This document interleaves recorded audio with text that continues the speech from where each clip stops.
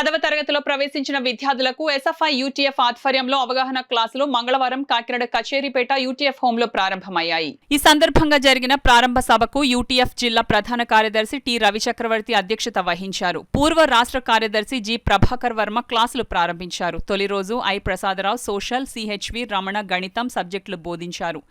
KMK మూర్తి మొత్తం text books ను, వరహాల బాబు science సబ్జెక్టుతో chapters ని పరిచయం చేశారు. ఎస్ఎఫ్ఐ నగర అధ్యక్ష కార్యదర్శులు ఏ సంజయ్, ఏ వాసులు కార్యక్రమాన్ని ఆర్గనైజ్ చేస్తున్నారు. ఈ సందర్భంగా రవిచక్రవర్తి మాట్లాడుతూ 10వ తరగతి సిలబస్ మార్పులు చేశారని, ఈ క్లాసుల వల్ల విద్యార్థులకు ఆత్మవిశ్వాసం ఏర్పడుతుందన్నారు. మిగిలిన విద్యార్థులు కూడా ఈ సందర్భాన్ని ఉపయోగించుకుని మరి రాబోయేటువంటి మారిన టెక్స్ట్ బుక్స్ కానీ అట్లాగే మారిన సిలబస్ కానీ అనుగుణంగా మరి సబ్జెక్ట్ ఎక్స్పర్ట్స్ అందరూ కూడా ఇక్కడ అవగాహన క్లాసులు ఏర్పాటు చేయడం జరుగుతుంది. మరి వీటిని విద్యార్థులు ఉపయోగించుకోవాల్సిందిగా కోరుతా ఉన్నాం. సమ్మర్ హాలిడేస్లో మరి మార్నింగ్ 8 నుంచి ఉదయం 10 గంటల వరకునే జరుగుతుంది కాబట్టి ఎండను పడేటువంటి అవకాశం కూడా లేదు.